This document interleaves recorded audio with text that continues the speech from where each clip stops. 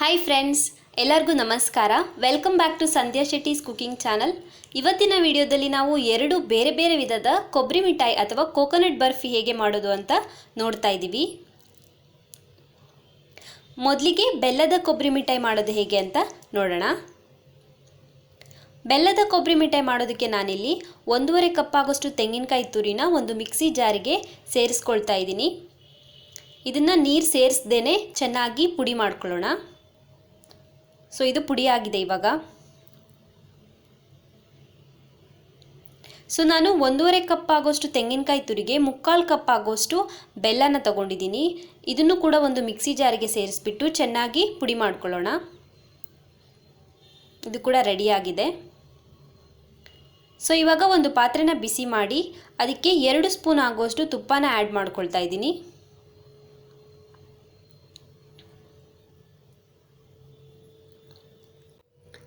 ತುಪ್ಪ ಬಿಸಿ ಆಗ್ತಿದ್ದ ಹಾಗೆ ನಾನು ಅದಕ್ಕೆ ಪುಡಿ ಮಾಡಿರುವಂಥ ತೆಂಗಿನಕಾಯಿ ತುರಿ ಸೇರಿಸ್ತಾ ಇದ್ದೀನಿ. ಇದನ್ನ ಚೆನ್ನಾಗಿ ಫ್ರೈ ಮಾಡ್ಕೊಳ್ಳೋಣ. ಇದರಲ್ಲಿರೋ ಮಾಯಿಶ್ಚರ್ ಎಲ್ಲ ಡ್ರೈ ಆಗೋವರೆಗೂ ಚೆನ್ನಾಗಿ ಫ್ರೈ ಮಾಡ್ಕೊಳ್ಬೇಕು.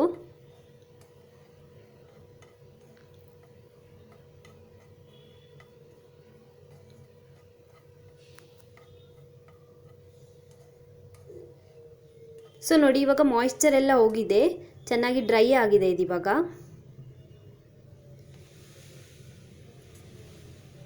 ಇದಕ್ಕೆ ನಾನು ಪುಡಿ ಮಾಡಿರುವಂಥ ಬೆಲ್ಲನ ಸೇರಿಸ್ಕೊಳ್ತಾ ಇದ್ದೀನಿ. ಸೊ ಕೆಲವರು ಬೆಲ್ಲನ ಸಿರಪ್ ಥರ ನೀರು ಮಾಡಿಕೊಂಡು ಕೂಡ ಸೇರಿಸ್ಕೊಳ್ತಾರೆ. ಇನ್ನು ಕೆಲವರು ಹಾಗೆ ಆ್ಯಡ್ ಮಾಡಿಬಿಟ್ಟು ಸ್ವಲ್ಪ ನೀರು ಹಾಕ್ಕೊಂಡ್ಬಿಟ್ಟು ಮಿಕ್ಸ್ ಮಾಡ್ತಾರೆ. ನೀವು ಯಾವ ವಿಧಾನ ಬೇಕಾದರೂ ಯೂಸ್ ಮಾಡ್ಬೋದು. ಚೆನ್ನಾಗಿ ಮಿಕ್ಸ್ ಮಾಡ್ಕೊಳ್ಳಿ.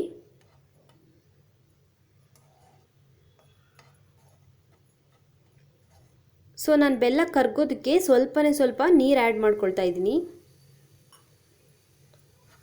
ಮತ್ತು ಚೆನ್ನಾಗಿ ಮಿಕ್ಸ್ ಮಾಡ್ಕೊಳ್ಳಿ.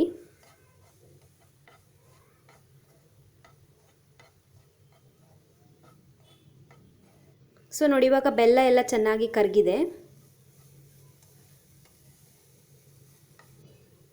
ಇದಕ್ಕೆ ನಾನು ಒಂದು ಚಿಟಿಕೆ ಆಗುವಷ್ಟು ಏಲಕ್ಕಿ ಪುಡಿ ಸೇರಿಸ್ತಾ ಇದ್ದೀನಿ. ಮತ್ತು ಚೆನ್ನಾಗಿ ಮಿಕ್ಸ್ ಮಾಡ್ಕೊಳ್ಳಿ. ಇದರಲ್ಲಿರೋ ಮಾಯಿಶ್ಚರ್ ಎಲ್ಲ ಒಂದು 80% ಆಗೋಷ್ಟು ಮಾಯಿಶ್ಚರ್ ಡ್ರೈ ಆಗೋವರೆಗೂ ಚೆನ್ನಾಗಿ ಮಿಕ್ಸ್ ಮಾಡ್ಕೊಳ್ಳಿ. ಮತ್ತು ಇದಕ್ಕೆ 1 ಸ್ಪೂನ್ ಆಗೋಷ್ಟು ತುಪ್ಪ ಸೇರಿಸ್ಬಿಟ್ಟು ಚೆನ್ನಾಗಿ ಮಿಕ್ಸ್ ಮಾಡ್ಕೊಳ್ತಾ ಇದ್ದೀನಿ.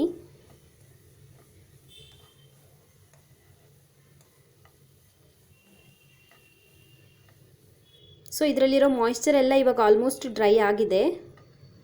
ಸೊ ರೆಡಿ ಆಗಿದೆ ಇದಿವಾಗ. ಇವಾಗ ನಾನು ಇದನ್ನು ಒಂದು ತುಪ್ಪ ಸವರಿರುವಂಥ ಪಾತ್ರೆಗೆ ಟ್ರಾನ್ಸ್ಫರ್ ಮಾಡ್ಕೊಳ್ತಾ ಇದ್ದೀನಿ.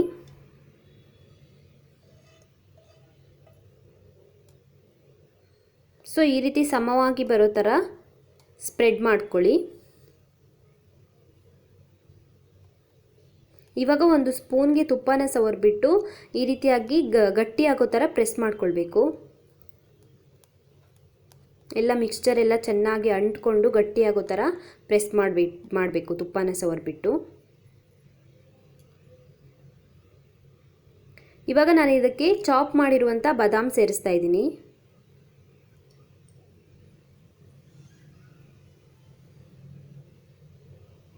ಇದು ಆಪ್ಷನಲ್ಲು, ನಿಮಗೆ ಗಾರ್ನಿಷಿಂಗಿಗೆ ಬೇಕಾದರೆ ಸೇರಿಸ್ಕೊಳ್ಳಿ. ಸೊ ಇವಾಗ ಮತ್ತೆ ತುಪ್ಪನ ಸವರ್ಬಿಟ್ಟು ಸ್ಪೂನಲ್ಲಿ ಈ ರೀತಿಯಾಗಿ ಪ್ರೆಸ್ ಮಾಡ್ಕೊಳ್ಳಿ, ಚೆನ್ನಾಗಿ ಅಂಟ್ಕೊಳ್ಳೋ ಥರ ಬರ್ಫಿಗೆ.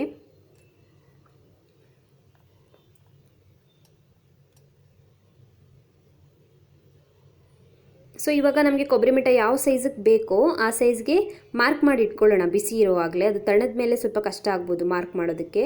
ಸೊ ಬಿಸಿ ಇರುವಾಗಲೇ ನಾನು ಈ ರೀತಿ ಮಾರ್ಕ್ ಮಾಡಿ ಇಟ್ಕೊಳ್ತಾ ಇದ್ದೀನಿ.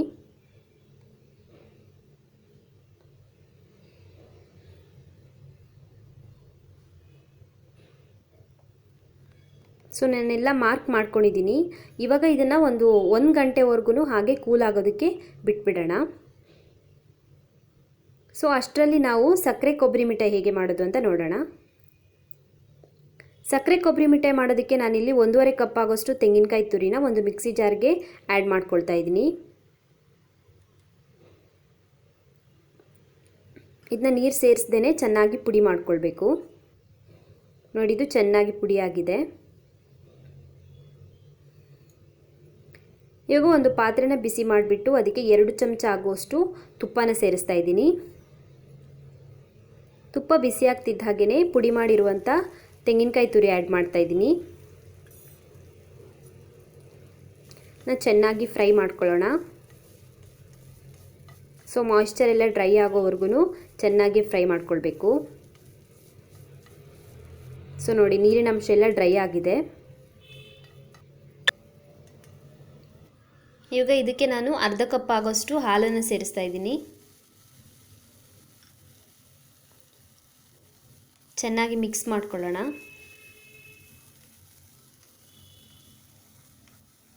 ಹಾಲು ಚೆನ್ನಾಗಿ ಇಂಗೋವರೆಗೂ ಮಿಕ್ಸ್ ಮಾಡ್ಕೊಳ್ಬೇಕು.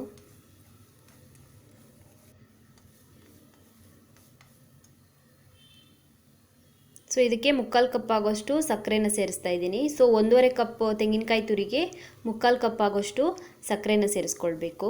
ಚೆನ್ನಾಗಿ ಮಿಕ್ಸ್ ಮಾಡ್ಕೊಳ್ಳಿ.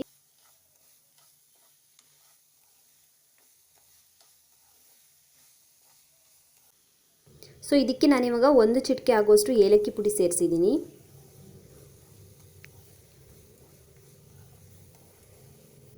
ಸೊ ಸಕ್ಕರೆ ಎಲ್ಲ ಚೆನ್ನಾಗಿ ಕರಗಿದೆ. ಇವಾಗ ಇದು ನೀರಿನ ಅಂಶ ಫುಲ್ಲು ಡ್ರೈ ಆಗೋವರೆಗೂ ಚೆನ್ನಾಗಿ ಮಿಕ್ಸ್ ಮಾಡ್ಕೊಳ್ಬೇಕು.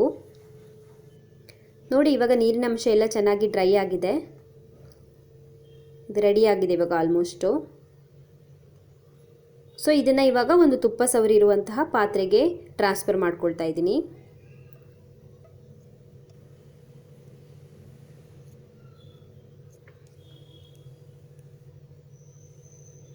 ಸೊ ಈಕ್ವಲ್ ಆಗಿ ಸ್ಪ್ರೆಡ್ ಮಾಡ್ಕೊಳ್ಳೋಣ.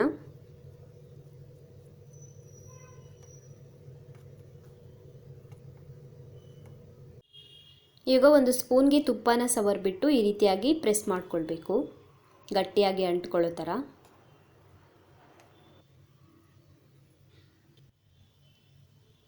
ಗಾರ್ನಿಷ್ ಮಾಡೋದಕ್ಕೆ ನಾನಿಲ್ಲಿ ಒಂದು ಬಾದಾಮ್ ಅಂಟಿಸ್ತಾ ಇದ್ದೀನಿ.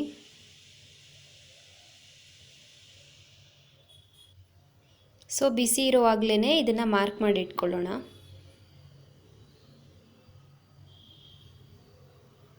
ಸೊ ಬೆಲ್ಲದ ಕೊಬ್ಬರಿ ಮಿಠಾಯಿ ಆದರೆ ಒಂದು 1 ಅವರಲ್ಲೇ ತಣಿದ್ಬಿಟ್ಟು ಗಟ್ಟಿ ಆಗುತ್ತೆ. ಬಟ್ ಇದು ಸ್ವಲ್ಪ ಟೈಮ್ ತೊಗೊಳುತ್ತೆ. ಒಂದು 2 ರಿಂದ 3 ಗಂಟೆ ಆದರೂ ಇದನ್ನು ತಣಿಯೋದಕ್ಕೆ ಇಡಬೇಕಾಗತ್ತೆ.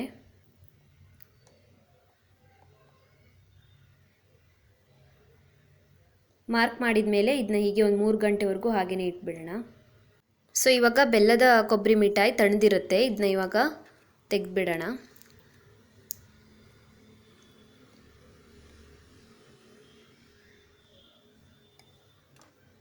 ನಿಧಾನವಾಗಿ ರಿಮೂವ್ ಮಾಡಿ.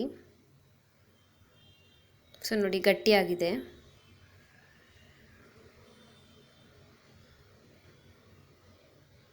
ಸೊ ನೋಡಿ, ಬೆಲ್ಲದ ಕೊಬ್ಬರಿ ಮಿಠಾಯಿ ತಯಾರಾಗಿದೆ. ಸೊ ಇವಾಗ 3 ಅವರ್ ಆದಮೇಲೆ ಸಕ್ಕರೆ ಮಿಠಾಯಿ ಕೂಡ ತಣ್ಣದಿರುತ್ತೆ. ಇದನ್ನ ಇವಾಗ ರಿಮೂವ್ ಮಾಡ್ಕೊಳ್ಳೋಣ. ನಿಧಾನವಾಗಿ ತೆಗಿರಿ.